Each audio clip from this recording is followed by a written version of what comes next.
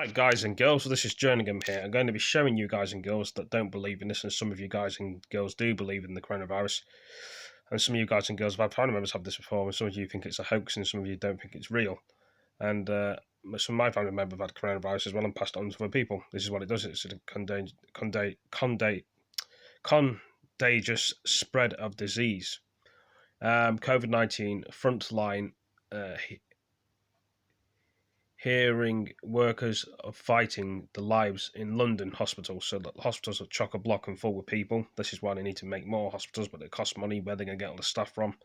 Will they use the Nightingale Hospital? It doesn't say it in this video what we're watching now. It's just different news. This is the news lady on the news, so we're going to be putting it on now and showing you guys and girls what it's like. In these hospitals, it's probably very saddening, and these NHS workers work very hard and tired and do long hours and shifts, and it upsets a lot of people. And they get awarded very well because they do a good job. Now, all this week, Clive Murray has been reporting from the Royal London Hospital, which has been inundated with COVID patients. In his final report, he looks at the cost of the pandemic on both patients and medics alike, with staff working under greater pressure than at any time in the history of the NHS.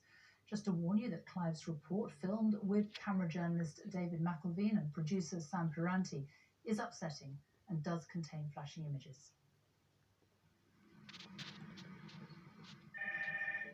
Hello, am I speaking to Shamina? My name is Dr. Healy. I'm ringing you up from the Royal London Hospital. It's about your husband, Asif. Consultant Mari Healy's words will sting. One of her COVID patients isn't doing well in intensive care. He is quite sick. He could die from this, by the way. I'm sorry to have to say that. We've only been married for 2 years. He's the light of your life? He is. You know, he's never been away from me for even a day. This is Shamima, who already knows loss in this pandemic. On your wedding day? Yeah, my wedding day. Her brother-in-law was buried last month, a victim of COVID-19, and this week her father-in-law died from the virus. It has, yeah. Now her husband's life hangs precarious. It is a feature of the second wave that whole families have been blighted.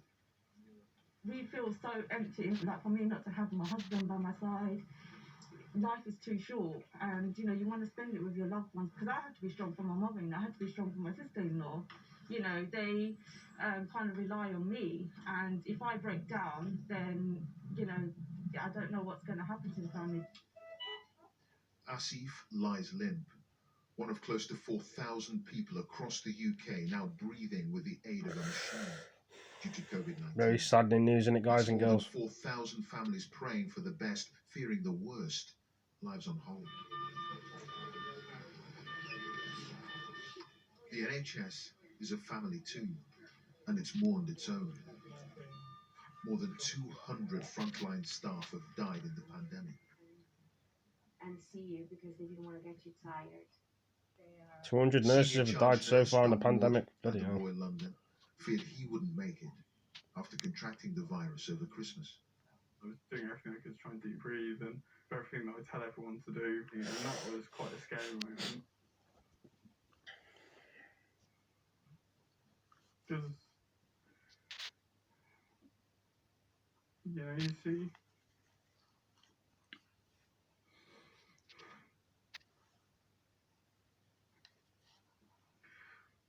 it's obviously with the first wave and the second wave I've seen what can happen. It's scary.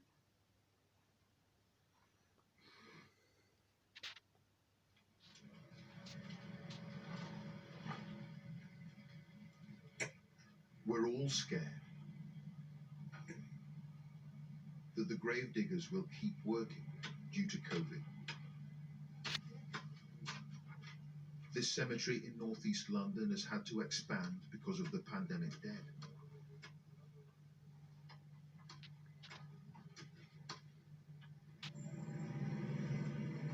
Today, across the UK, more than 94,000.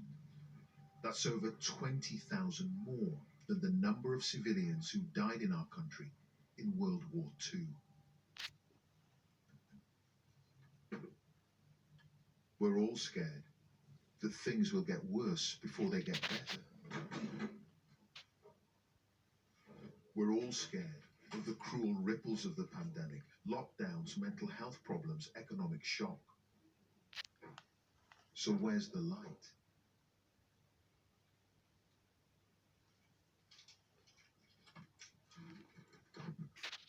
Martin Griffiths is a consultant trauma surgeon at the Royal London, more used to dealing with gunshot wounds and stabbings. Now he's helping out, giving people vaccine jabs. What do you think of anti-vaxxers? They have my thoughts and prayers. They're wrong. They're so wrong. And either by a lack of knowledge, a lack of understanding, or unwillingness to accept the reality of what we're seeing, they're actively contributing to the detriment of our society. Next, please. Salvation, then, at the end of a needle. And maybe soon we'll all be able to smile. It's true. The NHS is here for us from cradle to grave, part of the origin myth of post-war modern Britain. But coronavirus has given us a glimpse into a dark future, a time when the men and women of the service can't help everyone as they would like. Is that the true lesson of this pandemic? That to see the NHS crumble means losing a part of who we are? Clive Myrie, BBC News. Well, I hope you all enjoyed that, guys and girls. It's still very saddening that a lot of people have lost their lives. It really is. And some people would like the world to go back to the way it was, like I say. But things are going to take time. The road wasn't built in a day, unfortunately. But anyway, thanks for joining me. See you in the next video. Peace.